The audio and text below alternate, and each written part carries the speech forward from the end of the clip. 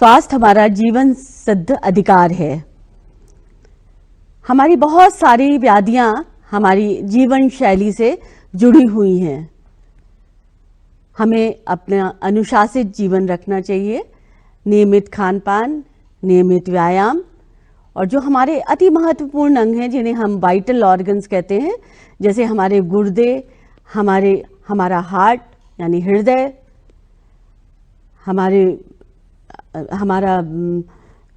हमारे फेफड़े, लंग्स और ब्रेन और लिवर, इन सबको हमें स्वस्थ रखने की ज़रूरत है।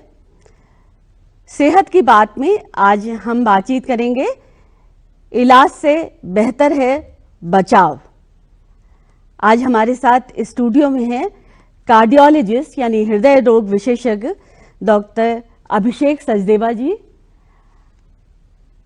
हमारे chest physician pulmonologist doctor Amitabh Das Shukla ji और नेफ्रोलॉजिस्ट यानी गुर्दा विशेषज्ञ डॉक्टर अरविंद गुप्ता जी। आप सबका स्टूडियो में स्वागत है। अगर हम बात करें हार्ट की, तो आजकल देखिए बहुत कम उम्र में बच्चों को, छोटे छोटे बच्चों को हार्ट डिजीज हो रही है जी। तो डॉक्टर सचदेवा, ऐसी क्या वजह है? क्या स्ट्रेस बहुत ज़्यादा है या जो हमारी जीवन शैली बहुत पाश्चात्य जीवन शैली को अपना रहे हैं, क्या वो सब कारण है? देखिए, अभी इस समय जो अभी करंट डेटा है हमारे इंडिया का, जो अभी एक इंटर हार्ट स्टडी से डेटा भी आया था, यंग हार्ट अटैक्स इंडिया में बहुत कॉमन हो गए। यहाँ तक कि हर 5 में से एक heart attack less than 40 years की आयु में हो रहा है। इसके कई कारण हैं और जिसमें कि सबसे महत्वपूर्ण कारण ये है हमारी जीवन शैली। एक तो हमारी जीवन शैली बिल्कुल भी स्वस्थ नहीं है। धूम्रपान कम आयु में ही लोग शुरू कर देते हैं, लिकर का सेवन ज़रूरत से ज़्यादा है और एक्सरसाइज के नाम पे कुछ नहीं करते। अभी ICMR के डेटा से ये भी निकल के आया था कि हर दूसरा व्यक्ति हिंदुस्तान में कोई एक्सरसाइज नहीं करता है और एक्सरसाइज करने वाले व्यक्ति टोटल हमारी पॉपुलेशन में लेस देन 10% है।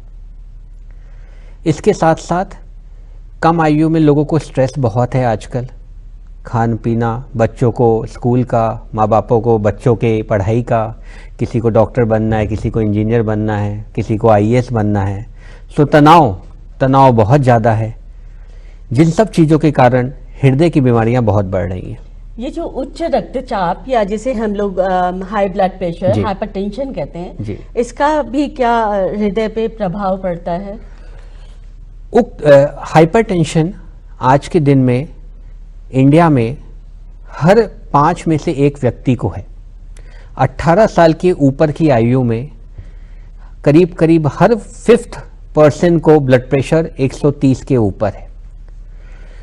ब्लड प्रेशर अपने में कई बीमारियों का जन्मदाता है, जिसमें हार्ट की बीमारी, किडनी की बीमारी, पैरालिसिस यानी स्ट्रोक और छोटी नसों की बीमारियां काफ़ी कॉमन है। हमारी जो लाइफस्टाइल है, जीवन शैली है, उसमें आजकल हमें बाहर का खाना बहुत पसंद आता है। जंक्स फूड्स, पिज़्ज़ा, बर्गर हमें ज़्यादा पसंद है। घर के हरी सब्जियां, फल हमारे खाने में बहुत कम है।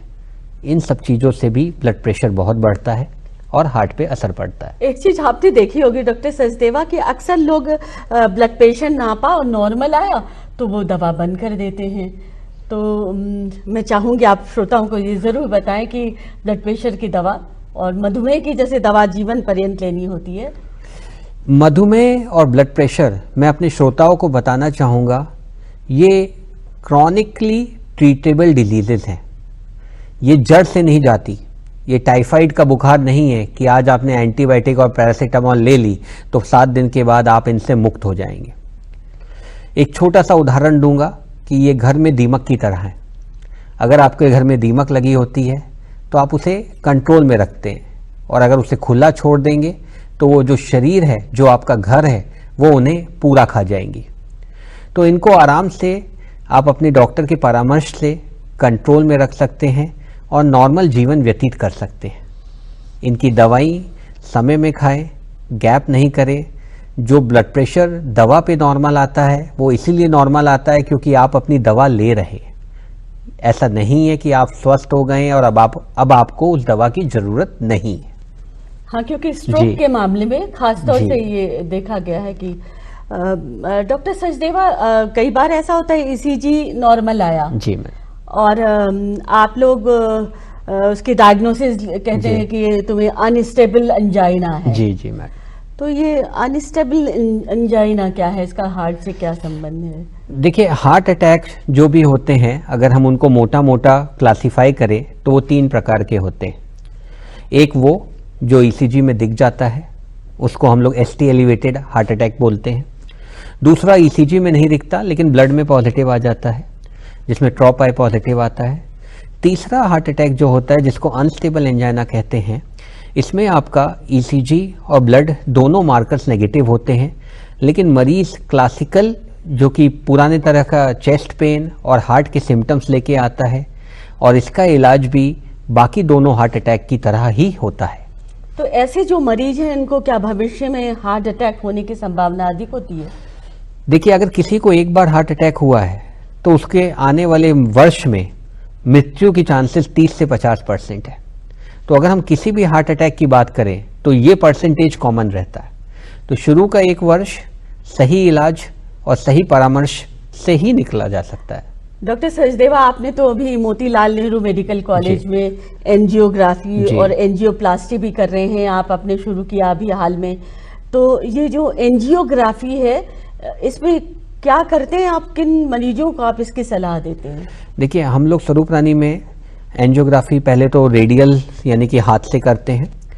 नॉर्मली हमारे पास ज़्यादातर मरीज वो आते हैं जिनको हार्ट अटैक आया होता है या जो एंजाइना से पीड़ित होते हैं या जिनके हार्ट की पंपिंग कम हो चुकी होती है। एंजियोग्राफी से एक ऐसी तकनीक है जिससे बीमारी का जड़ से समाधान होता है कि आपकी जो नस जहाँ पे ब्लॉक है वो कंप्लीट रूप से ठीक हो सकती है और आपका जीवन भी नॉर्मल व्यक्ति के समान हो सकता है। तो इसके लिए क्या मरीज को भर्ती रहना पड़ता है? देखिए, जैसे जैसे तकनीक बढ़ रही है वैसे वैसे अब इसमें भर्ती रहने की आवश्यकता नहीं है। आज से 5 साल पहले एंजियोग्राफी के लिए 2 दिन व्यक्ति भर्ती रहता था आईसीयू में। आज के दिन में हम लोग रेडियल लॉन्जेस रखते हैं, उसमें मरीज आते हैं, एंजियोग्राफी होती है और 2 घंटे के बाद घर चले जाते हैं। तो भर्ती करने की आवश्यकता नहीं है। डॉक्टर सचदेवा, क्या एंजियोग्राफी के साथ साथ आपको अगर दिखा कि नसें ब्लॉक है तो क्या उसी समय आप एंजियोप्लास्टी भी कर सकते हैं उस मरीज की? बिल्कुल, अगर आवश्यकता है और एंजियोग्राफी में ऐसा क्रिटिकल डिजीज आती है जिसको सही करने से व्यक्ति की आयु बढ़ जाएगी और सिम्टम चले जाएंगे तो हाथ के हाथ वो भी हो जाता है। बहुत अच्छी बात है ये तो कि अब सारी सुविधाएं हर जगह उपलब्ध हो रही हैं। तो ज़रूरत क्या है कि आप अपना खान पान नियमित रखिए और व्यायाम नित्य करिए। ये नहीं कि आप किसी दिन कर रहे हैं व्यायाम और किसी दिन नहीं कर रहे हैं। फेफड़े, पिछले दिनों हम लोगों ने देखा कि सबसे ज़्यादा जो कोरोना में जो प्रभावित हुए वो हमारे लंग्स थे। और डॉक्टर अमिताभ राज शुक्ला जी हमारे साथ हैं। तो डॉक्टर साहब, हम जानना चाहेंगे कि फेफड़ों में क्या कोरोना का क्या प्रभाव पड़ रहा था, कोविड-19 से क्या परिवर्तन आ रहे थे फेफड़े में? देखिए, फेफड़े में पहली चीज़ तो ये कि कोविड-19 जो है इट वाज मुख्य रूप से वो फेफड़ों को प्रभावित कर रहा था। उसने फेफड़े में निमोनिया करना, इडिमा करना और वैस्कुलाइटिस करना, ये 3 तरीके से उसने फेफड़ों को प्रभावित किया। और ख़ासकर उन लोगों में जिनमें कि पहले से फेफड़े की कोई बीमारी थी या फिर जो लोग स्मोकिंग करते थे या बहुत ज़्यादा प्रदूषित वातावरण में वो लोग रहते थे या जिनको सीओपीडी पहले से रहा या फिर जिनको आईएलडी पहले से रहा, एस्थमा पहले से रहा, ऐसे पेशेंट्स में कोविड-19 का लंग्स पर प्रभाव ज़रूरत से मतलब अनावश्यक ज़्यादा पड़ा। और जो पेशेंट्स अन्य बीमारियों से पीड़ित रहे, फॉर एग्जांपल जैसे उनको डायबिटीज़ से पीड़ित रहे, तो वहाँ पर भी जो है वो फेफड़ों में दुष्प्रभाव कोविड-19 का ज़्यादा आया। डॉक्टर शुक्ला, हम जानना चाहेंगे कि ये जो सीओपीडी की बीमारी है तो ये क्या पूरी तरह ठीक हो सकती है? कैसे करते हैं इसका उपचार आप लोग?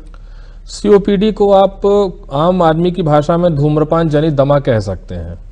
जो व्यक्ति ज़्यादा स्मोकिंग करे उसमें यह बीमारी हो सकती है। हमारे भारत देश में एक और कारण इसमें पाया जाता है कि जैसे जो महिलाएं जो कि घर में चूल्हे पे खाना बनाती हैं, उसमें वो लोग यूज़ करते हैं, कभी लकड़ी यूज़ किया, कभी कोयला यूज़ किया, या कभी गाय या भैंस के गोबर से बना हुआ कंडा भी इस्तेमाल किया, तो उससे जो धुआं होता है उस धुएं के कारण फेफड़े में एक इरिवर्सिबल डैमेज आता है, जिसको हम सीओपीडी यानी क्रॉनिक ऑब्स्ट्रक्टिव पल्मोनरी डिजीज के नाम से जानते हैं। इसके जो लक्षण हैं वो ऑलमोस्ट एस्थमा जैसे ही हैं। उसमें पेशेंट को खांसी आती है, सांस फूलती है, बलगम आते हैं, इन्फेक्शन होने के कारण उसको फीवर भी हो जाता है। तो ऐसी कंडीशन में उसका मुख्य रूप से जो ट्रीटमेंट है वो हम लोग ब्रोंकोडायलेटर यानी इनहेलर्स के माध्यम से करते हैं। अगर पेशेंट की स्थिति बहुत ज़्यादा बिगड़ गई, बहुत ज़्यादा वो सीरियस हो गया, तो उस कंडीशन में उसको एडमिट करना पड़ता है और आईसीयू में भी उसको रखना पड़ता है। वेंटिलेटर पे भी ऐसे पेशेंट्स जाते हैं। तो कुल मिलाकर के अगर हम ये कहें कि नहीं साहब सीओपीडी से बचा कैसे जा सकता है, तो मुख्य रूप से ये कि आप धुएं से बचें, हर प्रकार के धुएं से बचें, चाहे वो बीड़ी सिगरेट का धुआं हो, चाहे वो चूल्हे का धुआं हो, यहाँ तक कि अगर जैसे आप कोई ऐसा क्या कार्य कर रहे हैं जिसमें कि धुआं है, तो वो भी उसके लिए बहुत ज़्यादा खराब है। डॉक्टर शुक्ला, ये जो अस्थमा के या दमा के या जिसे हम अस्थमा कहेंगे, इसके मरीजों का उपचार तो इनहेलर से किया जाता है, लेकिन क्या कोई इसका स्थायी उपचार अभी तक नहीं आया? इसमें स्थायी ही इसको माना जाना चाहिए। एक्चुअली किसी भी बीमारी के 3 उद्देश्य होते हैं। एक उद्देश्य तो यह होता है कि हम बीमारी को जड़ से समाप्त कर दें, जैसा कि डॉक्टर साहब ने कहा कि टाइफाइड का बुखार है, आपने कुछ दिन इलाज लिया, ठीक हो गया। दूसरी वो बीमारियां होती हैं जो कि स्थायी रूप से समाप्त तो नहीं होती, लेकिन आप उनको अगर उनका इलाज आप करते रहिए तो वो चलते रहेंगे, इलाज भी चलता रहेगा और व्यक्ति भी अपना पूरा दीर्घायु जिएगा। और जो तीसरे प्रकार होता है कि ना आप उसको क्योर कर सकते हैं, यानी ना आप उसको समाप्त कर सकते हैं और ना ही आप व्यक्ति के जीवन को बढ़ा सकते हैं। तो उस कंडीशन में फिर हमारा जो उद्देश्य होता है वो पैलिएटिव होता है, यानी हम उसके कष्टों को कितना कम कर सकें। तो हमारा जो ये अस्थमा का जो आपने बीमारी बताई वो बीच वाली कैटेगरी में आता है कि आप उसका ट्रीटमेंट करिए और एकदम नॉर्मल स्वस्थ दीर्घायु जिए। बस तरीका उसका यह है कि आपको सही डॉक्टर के परामर्श में रहना पड़ेगा, आपको नियमित तौर पर या आवश्यकता अनुसार इनहेलर का इस्तेमाल करना पड़ेगा। इससे पीछे नहीं हटना है। अगर आप इनहेलर लेते हैं तो बहुत ही प्रभावशाली और सुरक्षित तरीका है दमा के इलाज के लिए। अच्छा, अब जैसे टीबी की बात करें तो पहले तो ये विभाग ही टीबी विभाग ही कहलाता था आपका विभाग, तो अब सरकार ने ये वो तय किया है कि 2025 तक इसका उन्मूलन हो जाए पूरी तरह से, और युद्ध स्तर पर दवाएं भी मिल रही हैं, डॉट्स की इलाज भी हो रहा है, जांच भी हो रही है। तो क्या आपको लगता है हम सफल हो पाएंगे? देखिए, भविष्य में क्या होगा ये तो भविष्य के गर्भ में है। हम अपने प्रयासों में कोई कमी नहीं कर सकते हैं। आज हम अभी वर्तमान में, भविष्य में हमको क्या प्राप्त करना है उसके लिए हम वर्तमान में क्या कर सकते हैं, इस पर हमको फोकस करना चाहिए। तो पहला हमारा जो फोकस ये है कि दवाएं उपलब्ध हैं, स्पेशलिस्ट केयर उपलब्ध है। हमारे यहाँ खुद हमारे डिपार्टमेंट में nodal drug resistant TB centre चलता है, जहां पर कि हम अपने जिले के साथ साथ अन्य जिलों के मरीजों, अगल बगल के जो जिले हैं, डेजिग्नेटेड डिस्ट्रिक्ट्स जो हैं, उनके पेशेंट्स का हम यहाँ पर स्पेशलिस्ट ट्रीटमेंट करते हैं और उनको वो दवाएं हम देते हैं जो कि अभी प्राइवेट सेक्टर में उपलब्ध भी नहीं है, मुख्य रूप से बिडाक्विलिन और डेलामेनिड। तो ये मुझे ऐसी उम्मीद है कि यदि जो अभी रफ्तार पकड़ी है टीबी कंट्रोल के प्रोग्राम ने, यदि ये रफ्तार आगे चली तो हम लोग निश्चित तौर पर 2025 के टारगेट को, जो कि माननीय प्रधानमंत्री जी ने हम लोगों के लिए सेट किया है, उसको हम प्राप्त करेंगे। बहुत अच्छी बात है, ऐसा आशान्वित होना चाहिए हर किसी को। लेकिन डॉक्टर शुक्ला, एक चीज समझ नहीं आती कि इतनी जगह डॉट्स की दवाएं मिल रही हैं, लेकिन उसके बावजूद एमडीआर मरीजों की संख्या में वृद्धि क्यों हो रही है लगातार? क्या डायग्नोसिस अब होने लगी है? ये कारण है? एमडीआर क्यों बनता है इस पर थोड़ा सा फोकस करना चाहूंगा। एमडीआर इसलिए बनता है क्योंकि उसका पेशेंट का proper treatment at the very beginning नहीं हो पाता है, किन्हीं कारणों से। चाहे पेशेंट ने दवा छोड़ दी, चाहे पेशेंट को दवा नुकसान करी और उसने छोड़ दी, या पेशेंट के पास पैसे नहीं रहे उसने दवा छोड़ दी, या पेशेंट को कोई नशा है, वो नशा करता है, मान लीजिए शराब पीता है या धूम्रपान करता है, तो उस कंडीशन में भी पेशेंट जो है वो टीबी की दवा छोड़ देता है या छोड़ के खाता है, तो उसका जो बैक्टीरिया है वो ड्रग रेजिस्टेंस डेवलप कर लेता है। अब एक बार उसने ड्रग रेजिस्टेंस डेवलप कर लिया तो वो फिर अन्य मरीजों को भी अपने पड़ोस में, अपने परिवार में उनको फैलाता है, तो इस प्रकार से ये ड्रग रेजिस्टेंस फैलता है। अब आपने दूसरा सवाल ये पूछा कि क्या अब डायग्नोसिस ज्यादा हो रही है? हाँ, ये बात भी सही है। गवर्नमेंट के प्रयासों से अब जो facility for diagnosis of TB है, यानी टीबी को पकड़ने की जो सुविधाएं हैं वो बढ़ गई हैं और वो आसान भी हो गई हैं। कई सेंटर्स पर वो निःशुल्क उपलब्ध है। हमारे अपने मेडिकल कॉलेज में, एसआरएन हॉस्पिटल में ये अवेलेबल है, और हम लोग जो है वो टीबी को डायग्नोज करने के साथ साथ ड्रग रेजिस्टेंट टीबी, जिसको कि कॉमन भाषा में लोग अक्सर एमडीआर टीबी कह देते हैं, उसको डायग्नोज करना भी हमारे लिए अब धीरे धीरे करके ज्यादा आसान होता जा रहा है। डॉक्टर शुक्ला, एक आपसे प्रश्न और करना चाहूंगी कि ये अभी जो कोरोना या जो हमारा कोविड-19 वायरस था, उससे जो हमारे फेफड़े प्रभावित हुए लोगों के, तो क्या उसका स्थायी प्रभाव पड़ा या वो पूरी तरह से उपचार हो गया उनका? मेरे ख्याल से आप पोस्ट कोविड की बात करना चाह रही हैं। तो पोस्ट कोविड एक ऐसा सिंड्रोम है, सीडीसी की यानी centres for disease control and prevention कहता है कि 4 हफ्ते बाद भी यदि कोविड के लक्षण बने रहें तो उसको हम पोस्ट कोविड कहते हैं। तो अब ये माना जा रहा है, पहले हम लोग ऐसा सोचते थे कि शायद ये स्थायी प्रभाव, दुष्प्रभाव फेफड़ों पे छोड़ेगा, लेकिन ऐसा हुआ नहीं।